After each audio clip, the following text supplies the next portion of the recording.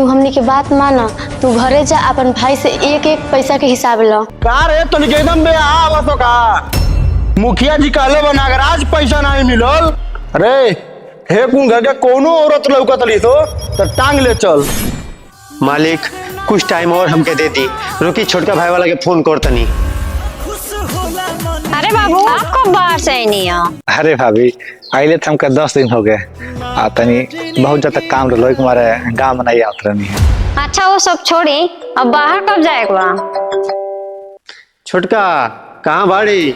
मुखिया जी आइल बानी, 2 घंटा से बैठल बन दुआरे पर, पैसा नहीं दिया उनके।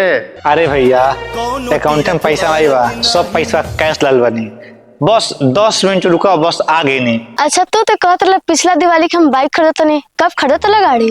प्लान तो कैलन है, अगर हमारे हाथ में रही तो भाभी हम तो कहीं नहीं खरीद लेती, लेकिन सारा पैसा हम भैया देने कमा के।